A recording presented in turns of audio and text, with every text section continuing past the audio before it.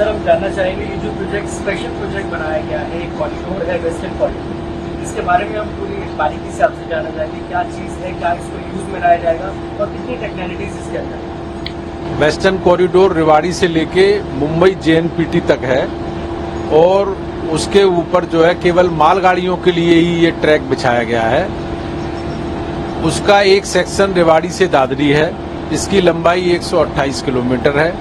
उस सेक्शन में 350 ब्रिजेज हैं, 350 ब्रिजेज हैं और उसमें 1 किलोमीटर लंबा एक टनल है, 2.76 किलोमीटर लंबा एक वायडक्ट है, 6.5 किलोमीटर का डीप कट है और उसमें जो है डिफरेंट वायडक्ट और हैं और कुछ ROVs हैं। KMP एक्सप्रेस वे के नीचे से हम लोग निकले हैं और जो हमारी टनल है वो एक स्पेशल टाइप की टनल है जो डबल स्टैक कंटेनर और डबल ट्रेन के हिसाब से बनाई गई है। एशिया की सबसे बड़ी टनल है, इतनी बड़ी टनल एशिया में कहीं भी नहीं बनाई गई है। और जो हमारा वायडक्ट है वो 2.76 किलोमीटर का है जिसके की जो पियर है उसकी हाइट हमारी 18 से लेके 25 मीटर तक है। टनल से निकलने के बाद हमारा एक हाई बैंक आ जाता है जिसकी जो हाइट है वो 30 से 35 मीटर है।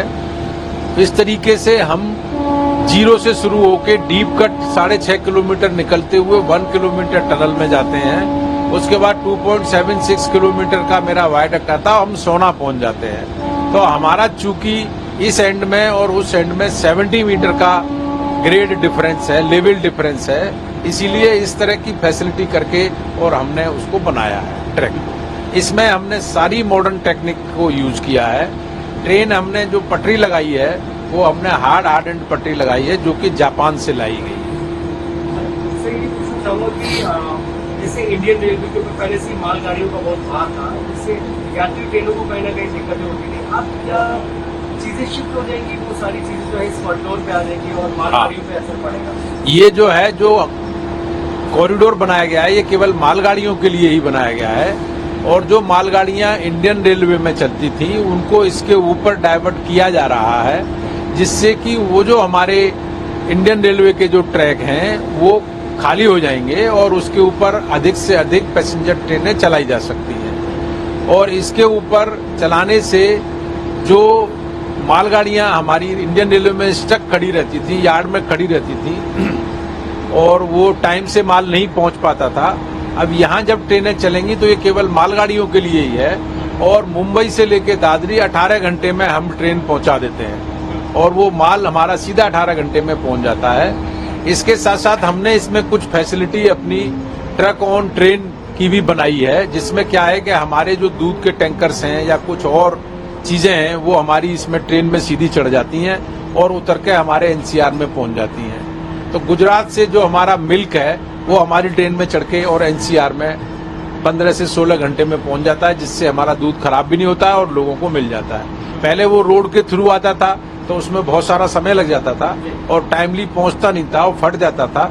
उसके अलावा क्या होता था कि वो जो है जो हमारे रोड के ऊपर चलते थे ट्रक तो पोल्यूशन करते थे, डीजल जलता था, ट्रक रोड के ऊपर बहुत सारा ट्रैफिक कंजर्शन होता था। अब वो सब चीजें धीरे धीरे करके कम हो जाएंगी। फिर आगे से और किसी भी प्रोजेक्ट को बनाने के लिए एक रफ आइडिया लिया जाता है।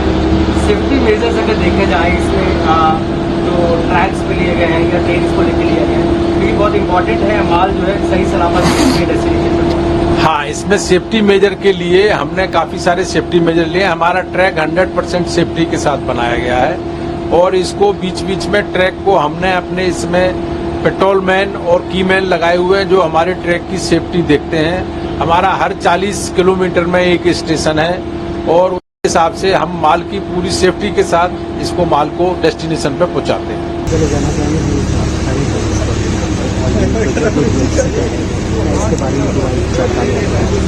ये DFCCIL का एक ऐसा प्रोजेक्ट है जिसको भारत सरकार द्वारा इसलिए बनाया जा रहा है ताकि फ्रेट के लिए एक डेडिकेटेड कॉरिडोर तैयार किया जा सके जिसपे सिर्फ मालगाड़ियां चलें, कोई भी यात्री गाड़ी इस पे नहीं चलती है इस ट्रैक पे।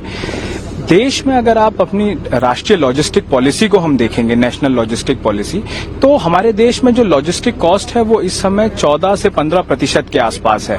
जबकि इसको अगर आप विकसित देशों से तुलना करेंगे, जैसे कि अमेरिका है या फिर चीन वगैरह है, तो वहां पे लॉजिस्टिक की जो लागत है वो 8%, 7% के आसपास रहती है। तो भारत सरकार का एक अथक प्रयास है इस राष्ट्रीय लॉजिस्टिक नीति के अंतर्गत कि इस लॉजिस्टिक लागत को घटा करके हम भी इसे सिंगल डिजिट के नीचे लेके आ सकें, और उसमें इस कॉरिडोर का एक बहुत ही महत्वपूर्ण योगदान है।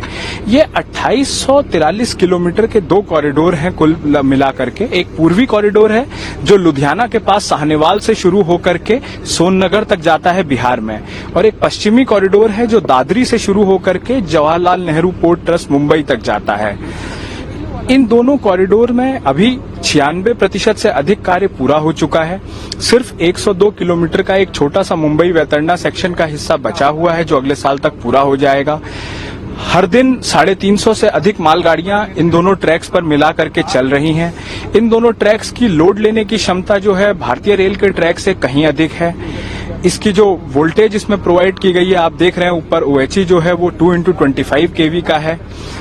उसके अलावा डबल स्टैक ट्रेनें इस पे चलती हैं। 100 किलोमीटर प्रति घंटे की स्पीड तक से आप इस पे मालगाड़ी चला सकते हैं, जिससे कि फ्रेट ट्रांसपोर्टेशन को आप और अधिक फास्टर, हैवियर और एफिशिएंट बना रहे हैं। बनाने के लिए अगर बात करें तो अगर डिफरेंशिएट करें इंडियन रेलवे से कितना डिफरेंशिएट करेंगे इसको, कितने मतलब आधुनिक रूप से उसको? हाँ, देखिए इसमें 2 चीजें हैं। पहली चीज तो ये है कि आप DFCCIL को भारतीय रेल से अलग करके नहीं देख सकते।